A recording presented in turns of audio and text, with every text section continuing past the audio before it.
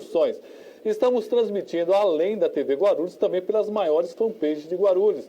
Pela fanpage do Jornal Guarulhos, hoje mais de 195 mil seguidores. Pela fanpage do Guarulhos Web, mais de 60 mil seguidores. Na TV Guarulhos, também na minha página pessoal e na página do programa. Você liga e participa, você manda pergunta. Hoje vamos falar um pouquinho sobre aquele caso Lula. Para isso trouxemos duas personagens muito interessantes e ainda estamos esperando o ex-prefeito Eloy Pietá, que já vai estar chegando, já chegou aqui, vai estar no segundo bloco, o candidato a governo do estado de São Paulo. Está correndo atrás, aí está muito interessante. Vamos agradecer aí a parceria com a Guarulhos Web. Quer saber o que acontece em Guarulhos? www.guarulhosweb.com.br, ó. Está aí e está, inclusive, uma entrevista muito interessante na primeira página do Dr. Sérgio Iglesias e doutora Graciane, secretária adjunta de saúde. Fala também da ACE Guarulhos, pois ela tem solução para a sua vida e a vida do seu negócio. Vai lá conversar com o presidente, William Panek. Tenho certeza que você vai ficar surpreso com as soluções. Ou seja, me passa aqui o papel da Guarupaz, porque a Guarupaz também está fazendo um trabalho excelente aí.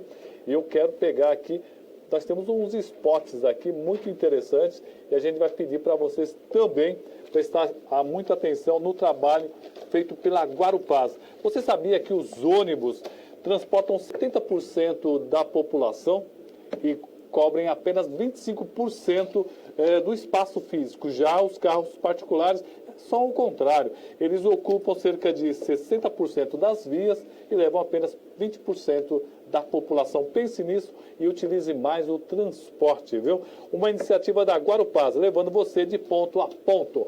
Meu amigo Lucas, temos aniversariantes hoje? Vamos lá? Vamos ver quem está fazendo aniversário hoje. Olá, confira agora os aniversariantes desta quinta-feira e também do final de semana. E hoje, dia 25, cantamos parabéns para Janice Martins, Laércio Pereira e Paulinho Trevisan. E amanhã, no dia 26, dia de cantar parabéns para Jean Lacerda, Luiz Antônio e Luiz Otávio Macuco. E no sábado, dia 27, cantamos parabéns para Auriel Filho, o nosso amigo Eduardo Caldas e Luciano Rocha. E para fechar esse final de semana, no domingo, dia 28, é dia de cantar parabéns para Emerson Tico, Gabi Blume e Val Calisto. Parabéns a todos vocês e um ótimo aniversário. E se beber, não dirija. Muito bem, estamos de volta aqui. Um abraço para todos esses nossos amigos, o Eduardo, o Tico Emerson, o Luciano, muita gente, o Macuco também fazendo aniversário, o My Friend, Dr. Antônio. Bom, hoje nós temos o prazer de receber aqui do meu lado esquerdo, lá na ponta esquerda, o presidente do Sindicato dos Metalúrgicos de Guarulhos, o José Pereira. Seja bem-vindo, Pereira. Obrigado, Alberto. Eu quero cumprimentar você, doutor Cristiano, e todo o nosso telespectador. E do lado dele, o mais ao centro, doutor Luciano Medina. Prazer. Cristiano Medina. Cristiano Medina, é que estava pensando no Luciano aqui. Cristiano Medina, seja bem-vindo, Cristiano. Muito obrigado, Roberto. Muito importante a abordagem que você vai fazer hoje aqui no programa. Realmente é um assunto que está sendo discutido em âmbito nacional e internacional. E é importante nos atermos aqui às questões jurídicas, quais os reflexos desse acórdão que será publicado nos próximos dias aí. É, na verdade, uma decisão que vai e pode mudar todo o rumo da política nacional. O doutor Cristiano vai falar um pouco mais tecnicamente, né? Mas é uma questão muito política, não, Pereira? A prisão do Lula ou deixar ele solto tem toda uma questão política que é tão importante quanto a questão técnica, não? Samuel, eu queria, antes de entrar no assunto, fazer um esclarecimento.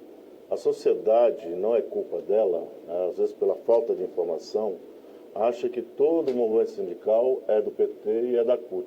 Né? Na verdade, nós somos filiados à Força Sindical, nunca fomos filiados ao PT e nunca fomos filiados à CUT. Nós somos uma outra ala do movimento sindical. Agora eu quero entrar no assunto. Por que eu disse isso? Porque tem muita gente achando, todo mundo é PT, todo mundo é CUT, e começa a misturar as coisas. Eu acho que nós estamos num momento muito delicado do país. O país atravessa um momento muito complicado e a sociedade tem que acordar para esse momento que está acontecendo hoje no Brasil. Nós temos aí uma passagem recente de uma corrupção terrível e de um Congresso agregado a essa corrupção, agregado ao atual presidente da República, que não faz uma reforma política para acabar com a corrupção. Então você veja hoje o que está acontecendo. Prisão daqui, prisão dali, e quem realmente deveria estar na cadeia não está na cadeia. Então eu acho que nós temos que mudar o nosso sistema judiciário, nós temos que mudar a legislação, nós temos que mudar a política desse país para poder realmente consertar o país. Da forma como estão fazendo, quem realmente deveria estar preso não está preso e quem não deveria estar preso estão querendo colocar na cadeia. Doutor Cristiano, eu vi muita gente falando em provas, que não havia provas suficientes. Tecnicamente, o senhor trouxe até toda a sentença aí. Houve prova suficiente para condenar o Lula em segunda instância? Roberto, na verdade, eu não posso aqui emitir meu juízo de valor com relação ao conjunto probatório sem ter efetivamente acesso aos autos do processo. Seria uma irresponsabilidade minha como operador do direito. Entretanto, analisando a sentença, temos aqui praticamente quase 300 laudas. O juiz Moro, ele se apega tanto em questões relacionadas a provas documentais, provas testemunhais, provas periciais. A sentença ela foi devidamente fundamentada. Eu não posso aqui, como eu já disse, emitir meu juízo de valor.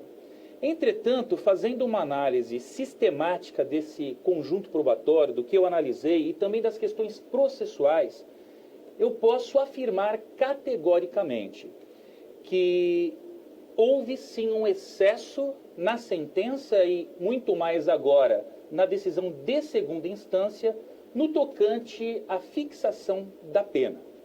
Então, o magistrado, por mais que entenda que existe aí um conjunto probatório robusto para condenar o ex-presidente, eu entendo que a pena ela foi severa, no sentido de que ele é primário, com bons antecedentes, por mais que existam aí 7 ações penais ainda em trâmite.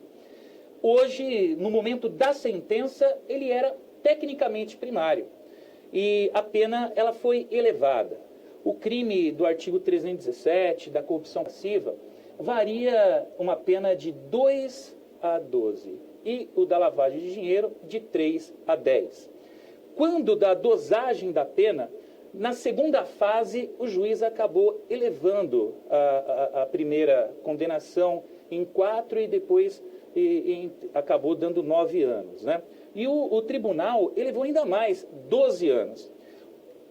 Falando aqui de política criminal, qual é o meu entendimento com relação à dosimetria da pena?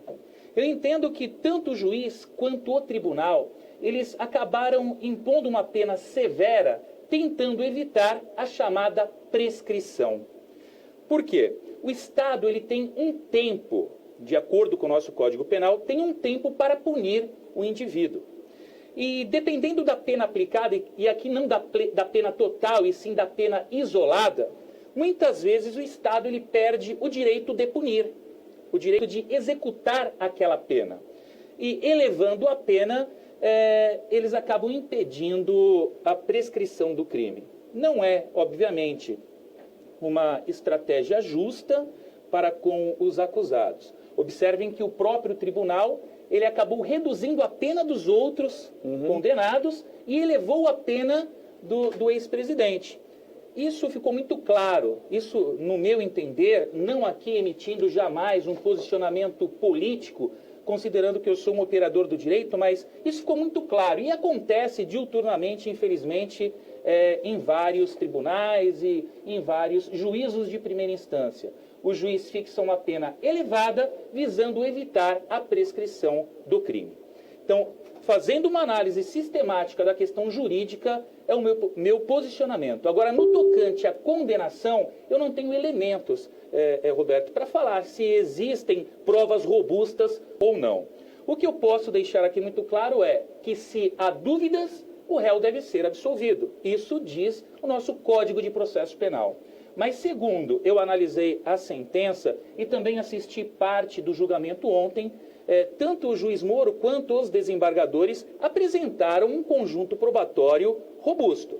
Então, se efetivamente é aquilo que existe no processo, então a condenação foi justa. No meu modo de entender, a fixação da pena ela foi injusta, tanto na primeira quanto na segunda instância. O Pereira, embora você não seja do Partido dos Trabalhadores, o Lula foi presidente do Sindicato dos Metalúrgicos. Isso, de uma certa forma, acaba afetando você emocionalmente, porque você é presidente do Sindicato dos Metalúrgicos, então o Lula, de uma forma muito clara, tem uma ligação com os metalúrgicos muito forte, não? Sem dúvida. O presidente Lula, não só pela questão de ter sido metalúrgico, mas por ter sido um dos melhores presidentes que esse país já teve. Um presidente que trabalhou em benefício do povo mais pobre, né, em benefício dos trabalhadores. Lula no governo, nós estava faltando mão de obra. Faltar mão de obra e hoje, o que tem? 15 milhões de desempregados.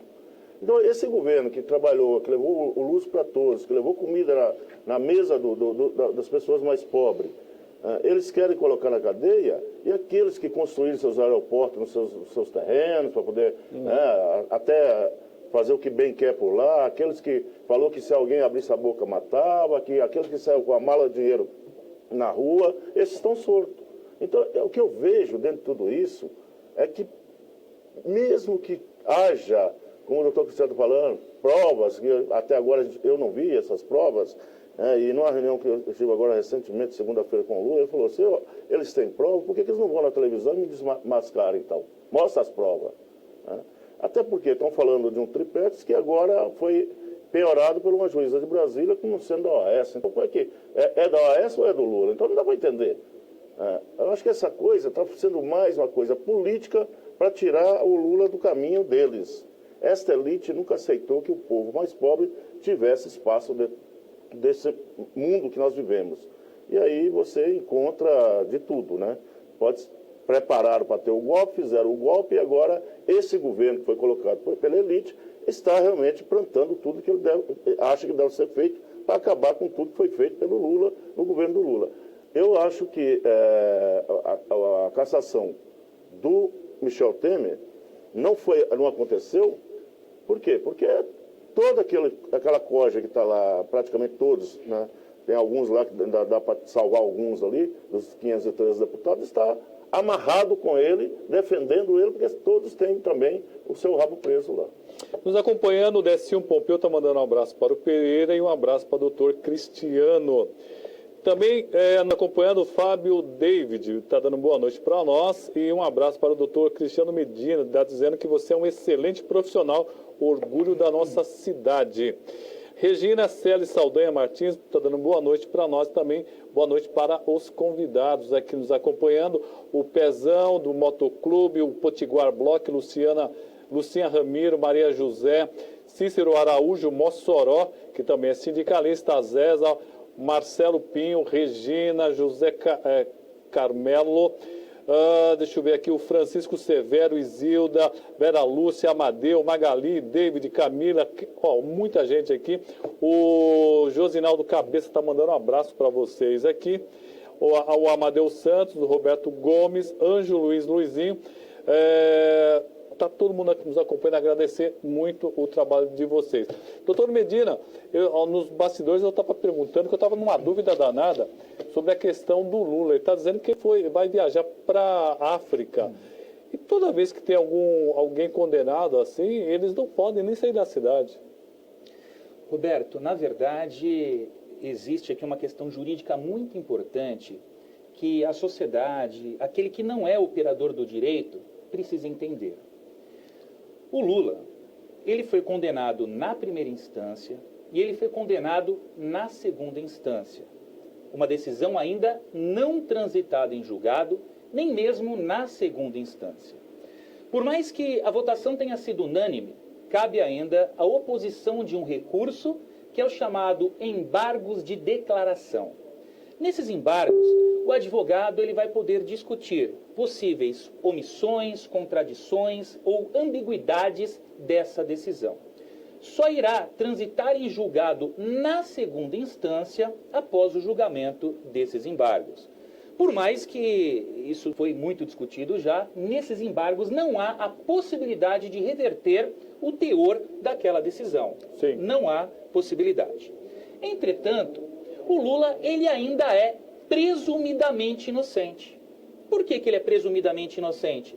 Porque a nossa Constituição Federal diz que somente será considerado culpado aquele indivíduo que é condenado e transita em julgado a sentença.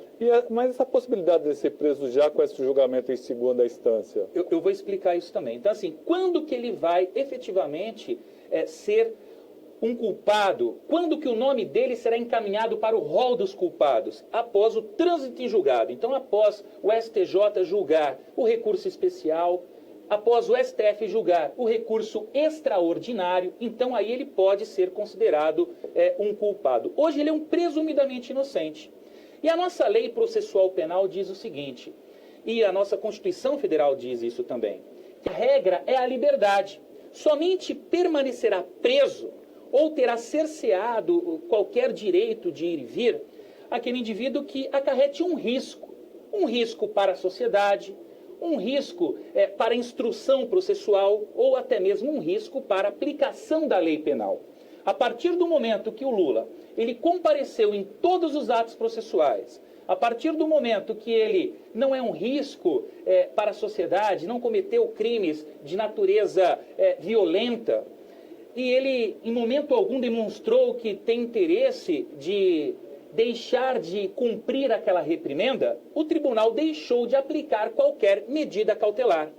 Então, se o tribunal entendesse necessário, poderia aplicar uma das medidas cautelares do artigo 319 do nosso Código de Processo Penal. Ou seja, ele deveria permanecer em liberdade até o julgamento do recurso, mas com algumas restrições. Hoje ele não tem qualquer restrição. Então ele pode exercer o seu direito de ir e vir a qualquer tempo, tanto no âmbito nacional como no âmbito internacional.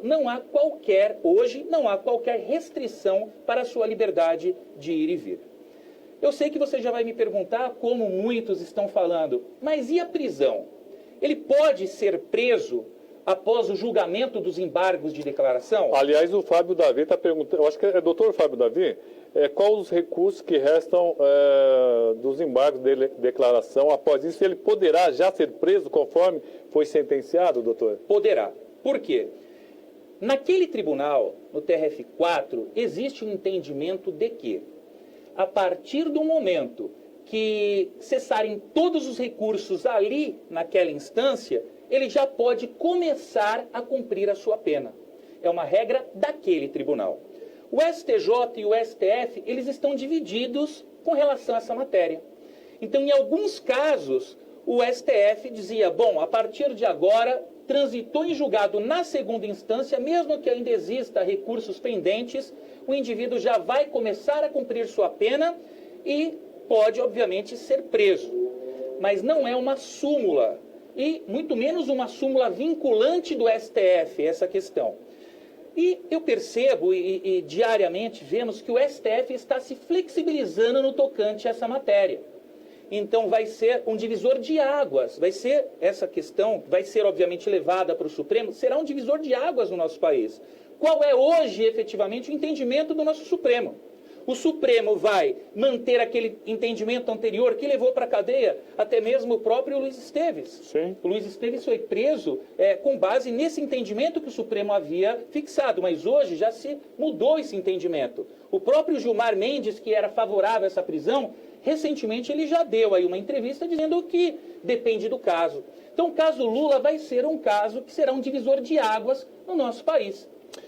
Diogo Leonardo nos acompanhando, Paulo Sérgio, Vlamisca Vienato, o secretário Jorge Itaiá está nos acompanhando, um abraço para ele, o André Alves, agradecer aqui o pessoal que está nos acompanhando, a Lucinha Ramiro, o Luiz Cabral está dizendo que você é um grande criminalista, uma pessoa extremamente competente.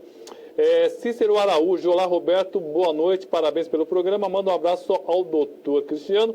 E um abraço especial para o Pereira, grande liderança de Guarulhos, Mossoró te mandando um abraço, viu, Pereira? Voto para eles. Para todos eles, né? Eu acho que todos tem um que estão nos monte aqui. acompanhando aí. Ô Pereira, eu sei que seu partido, ou pelo menos o partido que você ficou durante muito tempo, que era o PDT, e você está em outro partido agora, tem seus próprios candidatos à presidência. O que você vê com essa possibilidade do Lula não ser candidato à presidência do Brasil? Você vê com tristeza? Como é que você vê essa questão? Roberto, eu fui um lutador pela democracia e a gente nunca deve perder esse espaço democrático que nós conquistamos com muita luta. Mas nós temos que conservar a democracia no país, isso é muito importante. E o meu partido tem um pré-candidato, foi eu que lancei, inclusive, o pré-candidato à presidência da República, que é o filho do João Goulart, o João Vicente Goulart. Isso. Né? Mas eu acho que dentro de uma democracia é o povo que tem que escolher, é o povo que tem realmente que tirar as pessoas ou colocar as pessoas. Né? A gente gosta ou não gosta de quem vai ser, de quem é os candidatos, mas é o povo que tem que decidir. Então eu acho que dentro da democracia o Lula tem todo o direito de ser candidato. Então, ele tem o direito de ser candidato e é o povo que vai escolher se quer Lula ou quer um outro. Escolher entre tantos que estão aí como pré-candidatos, tem vários pré-candidatos aí, inclusive até o Collor de Mello está voltando como pré-candidato. Eu não sei, não tem coragem de votar, mas está voltando aí como pré-candidato. Essa é a democracia. Então nós temos que aceitar democraticamente a vinda deles. O que estão querendo fazer com o Lula, que eu acho que estão querendo fazer com o Lula, tiraram o direito dele de ser candidato. Com medo de que ele venha a ganhar a eleição. Então deixa que a sociedade decida isso. Então acho que não é nós que temos que aqui dizer o Lula pode ou não pode ser candidato. Deixa ele ser candidato dentro de um processo democrático e aí a sociedade deve escolher ele ou não. Então vamos ser pelo menos mais coerente com as coisas. Né? Doutora Vianney Principato está nos acompanhando, está dando boa noite para o Pereira, para o doutor Cristiano. O Josinaldo está dizendo, o Josinaldo Cabeça está dizendo, Lula é o maior líder do Brasil, lidera nas pesquisas, por isso estão com medo dele ganhar essa eleição. Paulo Henrique nos acompanhando, o Peninha, funcionário público também, Tereza Rocha, Fábio Rufino, isso ontem foi uma vergonha, a justiça brasileira é toda comprada, segundo o Fábio Rufino. Priscila Soares, Maria Cordeiro nos acompanhando, ela diz, concordo também, ninguém tem a prova que ele o roubou. Segundo, aliás, era uma questão, doutor, não é necessário pegar uma prova contundente. Provas indiciais também valem, é isso, né, pelo que eu entendi. Então, o nosso Código de Processo Penal, ele é claro no sentido de que ninguém pode ser condenado com base em provas indiciárias. Sim. Para que o indivíduo possa ser condenado, é necessário que o conjunto probatório seja robusto. Agora, o conjunto probatório, ele é formado, obviamente, por um conjunto de provas indiciárias. Então, uma única prova, não. Segundo eu analisei na sentença, o juiz ele se apegou num conjunto de provas, não em apenas uma única prova. Então, por isso que eu disse que eu não posso entrar aqui numa discussão se ele é culpado, se ele é inocente. Agora, o que eu posso dizer, posso afirmar categoricamente que a pena foi exacerbada e que hoje mesmo eu estava fazendo uma audiência aqui no júri de Guarulhos e surgiu essa discussão com o promotor e com a juíza. A própria juíza disse, mas a prisão agora, eu entendo que não é necessária. Por que a prisão não é necessária? Ele pode ser absolvido lá ainda, né? Mesmo ele tendo sido condenado em primeira e em segunda, no Supremo ele pode ser absolvido? Então, na verdade, as provas não podem ser rediscutidas no STF ou no STJ. O que vai se levar para o STJ ou STF são as questões preliminares que os advogados levantaram, como, por exemplo, o juiz não foi imparcial. Tem inúmeras questões que foram levantadas pelos advogados que os tribunais superiores podem acolher e podem, por exemplo, anular essa decisão e determinar o início de um novo processo. Agora, esse conjunto, essa análise probatória, ela não pode ser rediscutida no Supremo. Essa discussão terminou-se aqui na segunda instância. Pena pode ser reduzida, reduzindo a pena, pode-se reconhecer uma prescrição, pode-se anular todo esse processo. Então, tem muitas águas para rolar. Por isso que a prisão agora é uma prisão temerária, sendo que no decorrer do processo ele não causou qualquer entrave para a justiça. Se necessário fosse, o juiz teria decretado uma prisão temporária no início das investigações, teria decretado uma prisão preventiva. Se ele não foi um risco para a sociedade no decorrer da instrução, muito menos agora que a sentença ela foi aplicada. E levando-se em consideração ainda que ele continua sendo presumidamente inocente. E uma prisão agora seria uma prisão cautelar, não seria uma prisão definitiva, porque a prisão definitiva ela se dá quando do trânsito em julgado. Nosso tempo acabou, gente. Olha, só foi muito rápido. Só uma questão, doutor. Ocultação de patrimônio não é crime no Brasil? Sim. Tem que provar isso aí. Pereira, obrigado por você ter vindo. Obrigado, Roberto. Vamos vir de novo aqui semana que vem, daqui Olha, uns 15 dias. Você volta aqui? O tempo é muito curto, realmente. Bom, não, semana que vem eu não posso. Não, mas de marcar mais pra frente. Vamos mais pra frente aí, vamos discutir mais. Eu achei muito interessante, Pereira. Tá bom, tá ótimo. Doutor Cristiano, obrigado. Cristiano, agora eu não falei Luciano. Cristiano, obrigado, Medina. Muito obrigado, Roberto. É importantíssima essa discussão, até mesmo para que possamos aí difundir na nossa sociedade os entendimentos das nossas legislações. Um ponto importante aqui, rapidamente, que não abordamos, é a questão Lula, ele pode ser candidato, ele pode assumir segundo a lei da ficha limpa? Não. Ele pode até se candidatar, mas ele não pode assumir. Por quê?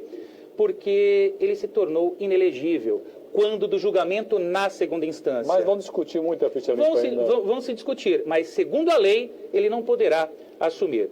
Um ponto importante também que foi levantado pelo colega antes aqui da nossa discussão é que estão tentando impor uma medida cautelar para que ele não possa sair do país, né? Isso não foi discutido ainda e corre-se o risco, talvez, de ele sair e pedir asilo político em qualquer outro país. É um risco que se corre e que o tribunal precisa avaliar. Vamos para um rápido intervalo e vamos estar aqui com Eloy Pietá, ex-prefeito de Guarulhos e pode ser até candidato a governo do estado de São Paulo. É rapidinho. A Rede X Supermercados oferece aos seus clientes a melhor opção de compras, com produtos e serviços de excelente qualidade.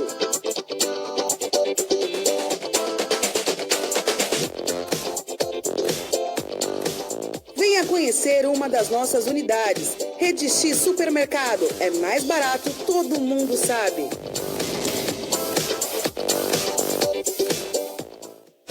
Com o objetivo de melhorar o relacionamento e a comunicação com os moradores da cidade, a Proguaru disponibiliza seus canais de atendimento. Solicitações de serviços de zeladoria, críticas e sugestões podem ser enviadas por meio do WhatsApp 95556-8388 ou pelo e-mail faleconosco@proguaru.com.br. Informações pela Central de Atendimento 2475-9000. Proguaru, trabalhando sempre em favor dos guarulhenses. Serviços e informações Guarupaz. Se você tem reclamações, sugestões, dúvidas ou necessita de informação, fale conosco. Estamos sempre na linha para ouvir você. Para tirar dúvidas sobre cartões e demais informações, ligue para 0800 559 499 de segunda a sexta-feira, das 8 às 20 horas. Fale com a gente também no Facebook, www.facebook.com.br/Guarupaz. Nosso site, www.guarupaz.com.br/Fale Conosco, ou por e-mail, falecom@guarupaz.com.br. Guarupaz, levando você de ponto a ponto.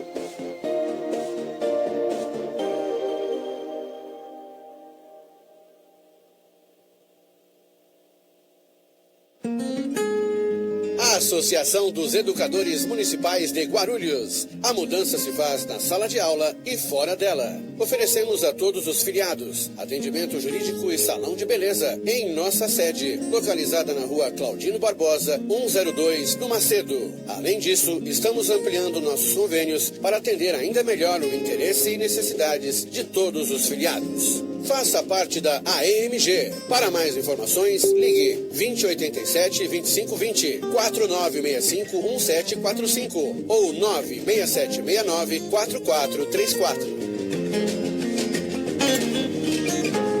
Sindicargas de Guarulhos oferece a partir de março cursos de inglês e espanhol para os filiados que querem investir na educação e na qualificação profissional. E se você ainda não é sócio, faça a sua adesão e conheça todos os benefícios. Para mais informações, ligue para os telefones 2441-4974 ou 2422-5165. Se preferir, visite a nossa sede na Avenida José Lourenço Neves, número 346, no Jardim Bom Clima. Pessoal, todo mundo sabe que Guarulhos está cada vez mais bem abastecida de água, resultado do trabalho da nova gestão do SAAI. Mas não é por isso que pode gastar à vontade. É muito importante que a gente economize todos os dias e evite o desperdício. Então não se esqueça, tome banho mais curtos, lave o máximo de roupa possível de uma só vez, feche a torneira enquanto ensaboa a louça, use balde em vez de mangueira para lavar seu carro e verifique possíveis vazamentos em casa. Assim a água não falta e todo mundo vive com muito mais qualidade. Sindicato dos Trabalhadores da Administração Pública de Guarulhos. Uma entidade que luta e conquista. O STAP dispõe de uma ampla e consolidada estrutura para atender o sócio com serviços de cabeleireiro, atendimento jurídico, clube de campo e parcerias com diversas colônias de férias. Seja sócio do STAP. Acesse www.stapguarulhos.org.br. Presidente Pedro Zanotti Filho.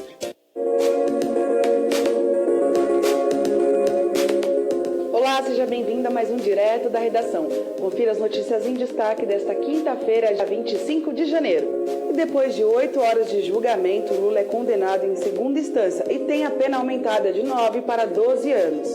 Em decisão unânime, a 8ª turma do Tribunal Regional Federal da 4ª Região julgou ontem um recurso da defesa do ex-presidente, que é acusado por corrupção passiva e lavagem de dinheiro, no caso Triplex, no Guarujá. Mesmo condenado em segunda instância, o PT poderá registrar a candidatura de Lula para presidente.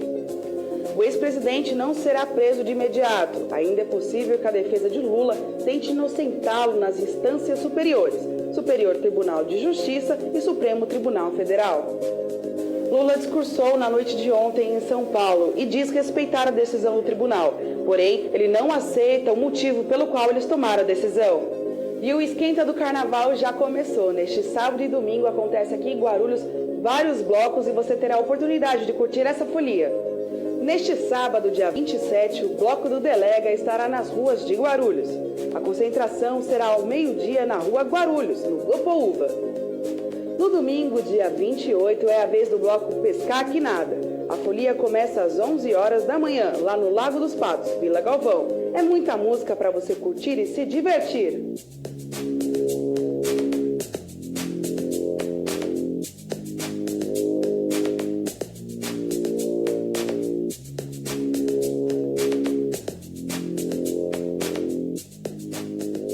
E esse foi mais um Direto da Redação.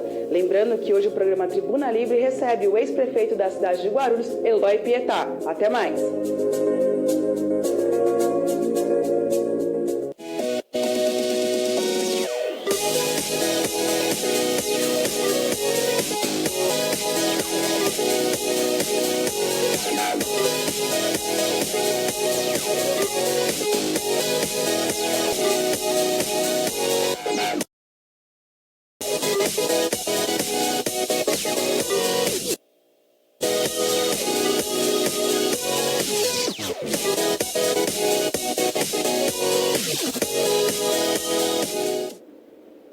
Muito bem, voltamos aqui aos estúdios da TV Guarulhos. Deixa eu só falar rapidamente aqui. Tem o pessoal que está, nossos parceiros, o STAP, Sindicato dos Servidores, o Sincomerciado, nosso amigo Walter dos Santos, o Sincoverg, do Maurício Brinquinho, a Coopertrans, do amigo alemão do transporte, tem o Sindicargos, do Irapuã Siqueira, a Asta, nosso amigo Eduardo Caldas está fazendo aniversário, hein? Sábado. O SAAI, a ProGuarulhos também com nós e o nosso amigo da Carlimp, o Emerson. Agradecer a todos vocês, que sem vocês a gente não consegue trazer pessoas do calibre do nosso amigo aqui, Eloy Pietá. Tudo bom, Eloy? Seja bem-vindo mais uma vez. Olha, uma satisfação estar de novo aqui. Obrigado pelo convite. Estou à disposição aí, como dizíamos, né? Você é o perguntador, eu sou o respondedor. Olha, e o assunto do momento, Eloy, é a condenação em segunda instância do presidente Lula, o grande líder do Partido dos Trabalhadores, do seu partido. Como é que o senhor recebeu? O senhor esperava uma condenação tão forte, assim, tão pujante? Olha, eu estava entre o 3-0 que aconteceu e o 2-1 pela condenação, que eu achava que o judiciário não ia deixar de dar prosseguimento ao golpe de Estado, do qual ele é um dos parceiros, né? E, na verdade, Roberto, eu sou professor de História, né? História do Brasil, né? E sempre que a gente vive uma situação presente, inclusive na vida pessoal, a gente procura relacionar com momentos outros, diferentes, até de nossa história pessoal, né? Eu estava em Porto Alegre agora. Você esteve na... Isso, eu estive lá em Porto Alegre nas manifestações, né, em defesa do Lula e da democracia. Depois participei aqui em São Paulo também. E a manifestação da terça-feira era ao lado, pertinho da esquina, onde eu comecei a minha luta política há 57 anos atrás. Que coisa. Eu era um jovem estudante secundarista e o Jânio Quadros renunciou e os militares queriam impedir a posse do vice-presidente João Goulart, que era um getulista, né? Tinha sido ministro do Trabalho, uma pessoa muito ligada aos movimentos sindicais, embora fosse um fazendeiro. E então eu, como jovem, ajudei a fazer as barricadas na esquina da catedral, né, ao lado do Palácio do Governo, que é o Palácio Piratini do Rio Grande do Sul, para defender a legalidade. E eu pensei agora, quando eu estive lá, na terça-feira, eu digo 57 anos depois, eu voltei a uma luta em defesa da democracia. Eu participei de todo o processo de luta pela democracia, desde o golpe militar de 64 até a reconquista dela em 1989, né, ou em 1988, com a Constituição de 88, ou até dá para dizer 1986, com a eleição da Constituinte. E nós agora entramos novamente num processo de autoritarismo no Brasil, de golpe de Estado, que as pessoas estão sentindo. Por que os direitos trabalhistas estão sendo retirados, né? Foi por essa razão que derrubaram o João Goulart.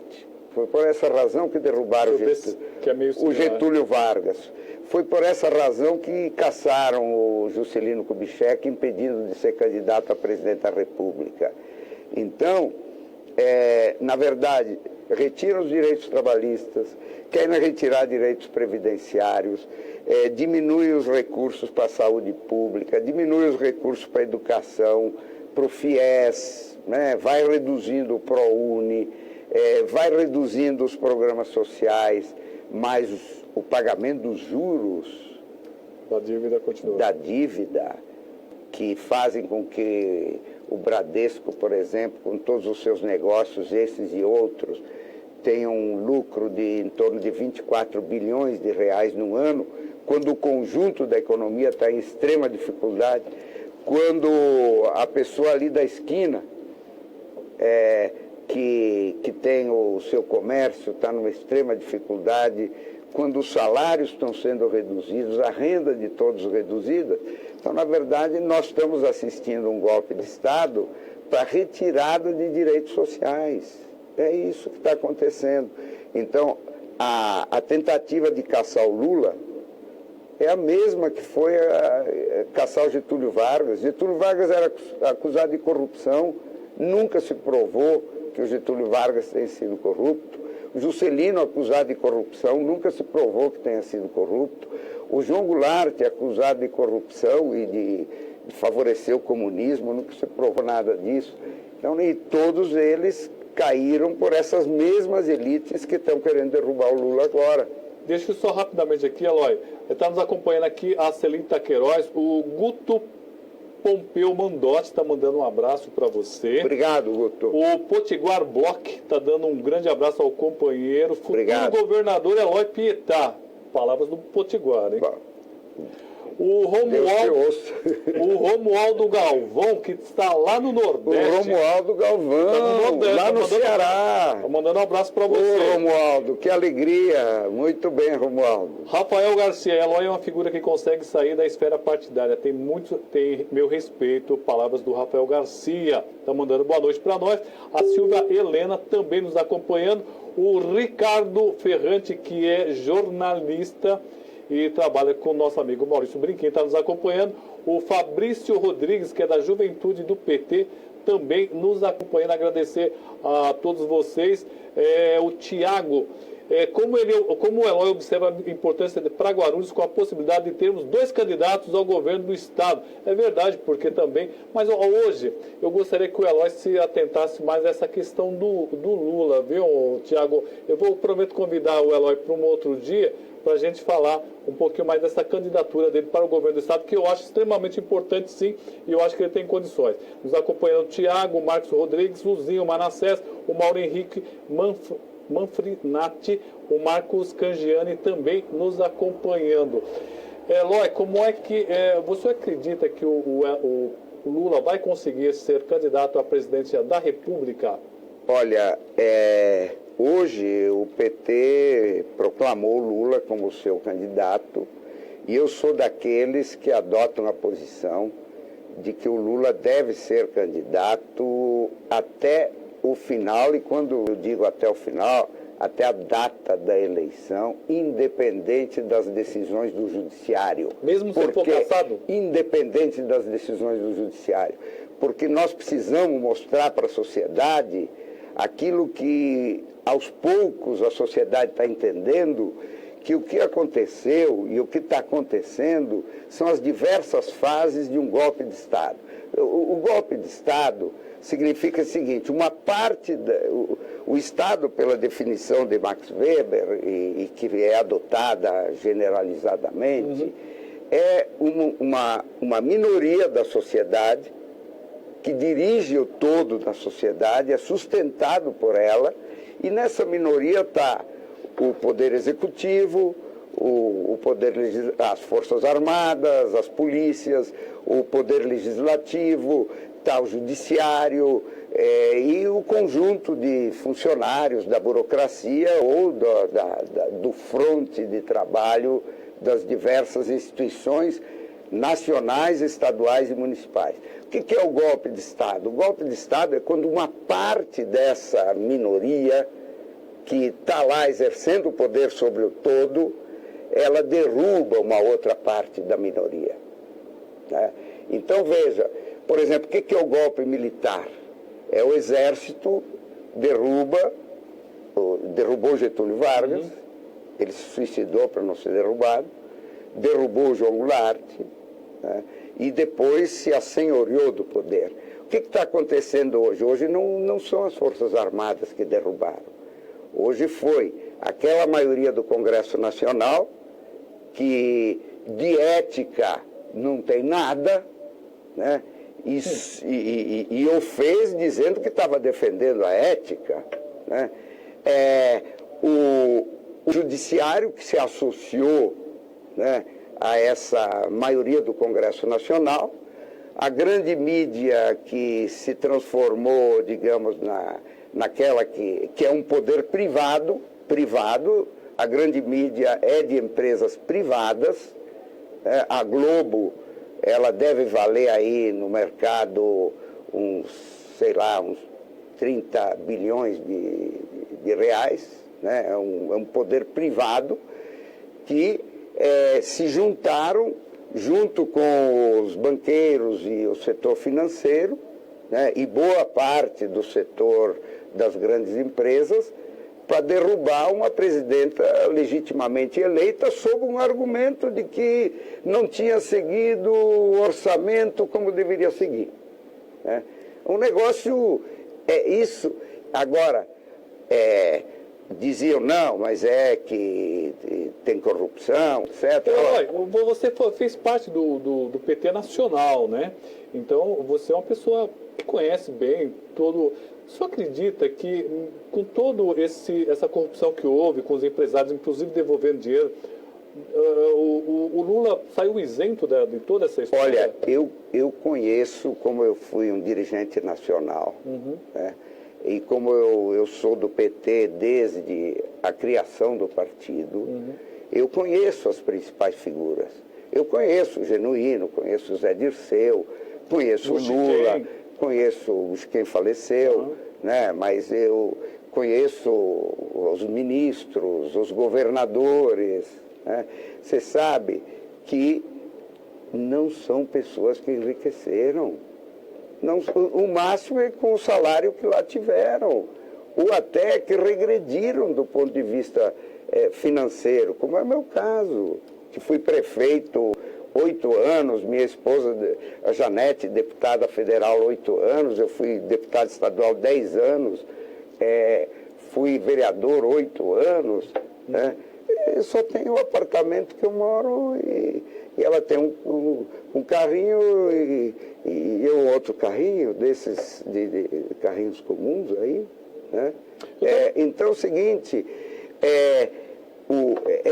essa questão de que o PT é um partido corrupto, né, é algo completo, é uma cortina de fumaça que se faz para dizer nós temos que tirar quem traz para o governo a população das classes populares mais pobres, das classes trabalhadoras. Foi assim na história. Foi assim que tiraram o Getúlio, foi assim que tiraram o João Goulart, é assim que querem tirar o Lula. O Palocci, ele confessou. Um ou outro caso.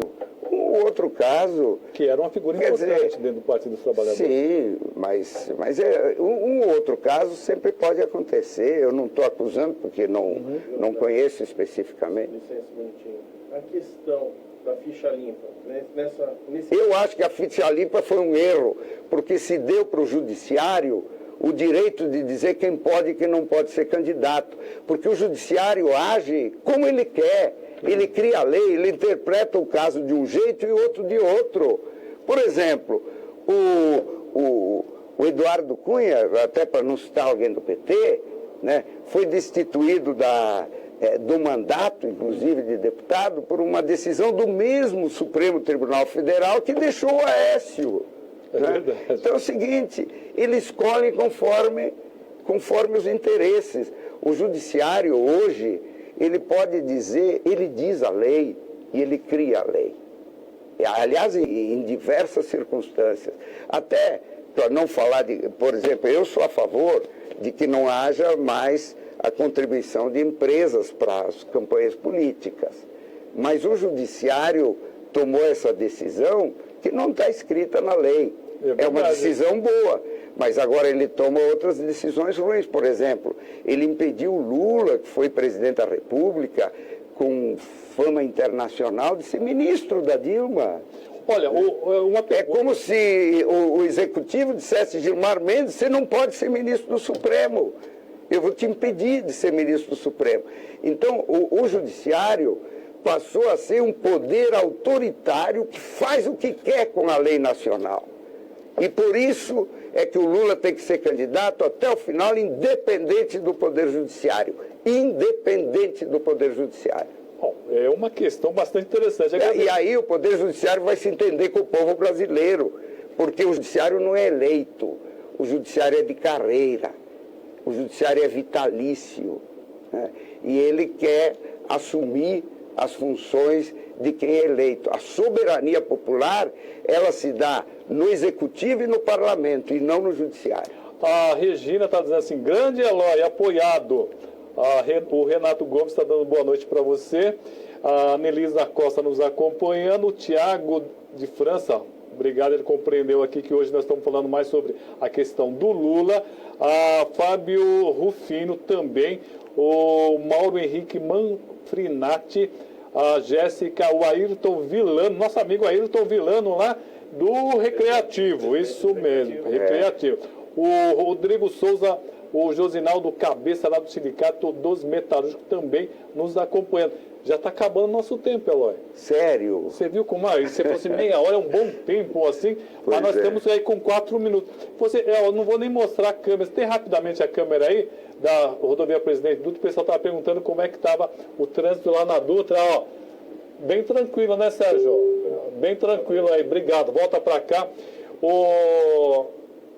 Agora veja, Roberto, é o seguinte, claro que por que o Lula tem que ser um candidato? Porque não é possível que 3 juízes lá do Tribunal Regional Federal, né, decidam pelos 150 milhões de brasileiros, né, existem estados, por exemplo, onde é o poder religioso que decide quem pode e quem não pode ser candidato, né?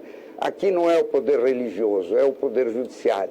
Ora, eles podem acusar o que quiser, mas eles têm que deixar o povo decidir e não eles passarem a ser os tutores da nação. Então, aqueles 3 desembargadores de Curitiba, aqueles jovens que aparecem como se eles fossem imparciais, falando um discurso extremamente bonito, da alta classe média, extremamente intelectualizada. Eles, na verdade, são uma tropa de choque. Eles são uma tropa de choque. Só que eles não fazem o trabalho direto. Eles mandam fazer. Eles são os mandantes da tropa de choque. Então, na verdade, o povo brasileiro vai se pronunciar de qualquer forma, né? O povo brasileiro, e chegou a hora do povo brasileiro entender que há poderes que querem usurpar o poder do povo. E é um caso, este caso específico deixa, se o povo achar, concluir como eles, que o Lula se corrompeu, se o povo, então não vote. Então não vote. Mas o que não pode é caçar o direito do povo escolher quem ele quer para dirigi-lo. Quando o golpe de Estado derrubou Getúlio Vargas, e ele se suicidou para não querendo ser mais uma vez deposto, o que aconteceu? O povo acordou depois. O povo sentiu depois que se tratava de um golpe de Estado. Então, na verdade, nós estamos no curso de outro golpe de Estado, só que esse não é militar. Esse é um golpe judicial, parlamentar e midiático e do alto capital financeiro. Paula Catarina, ela que é a aeromoça da Latam, está sendo boa noite, tio, minha sobrinha. Falou, Eloy Pietá, saudade do seu governo, abraço a todos. Obrigado, da Latam. Aliás, eu estou com saudades também aqui de fazer as coisas pela nossa cidade, né? Quem sabe, se tornando governador aí, ele se lembra um pouquinho da nossa só cidade. para dizer que talvez as pessoas não... Eu sou pré-candidato a governador, inscrito, né, já como tal, pelas regras do Partido dos Trabalhadores, pré-candidato a governador de São Paulo. Só há 2, o ex-prefeito de São Bernardo, que foi como eu prefeito 8 anos, o Luiz Marinho, e eu que fui prefeito de Guarulhos durante 8 anos. Quer dizer, 2 ex-prefeitos de grandes cidades da região metropolitana de São Paulo, inscritos segundo as regras para que os filiados e filiadas do PT escolham o seu candidato.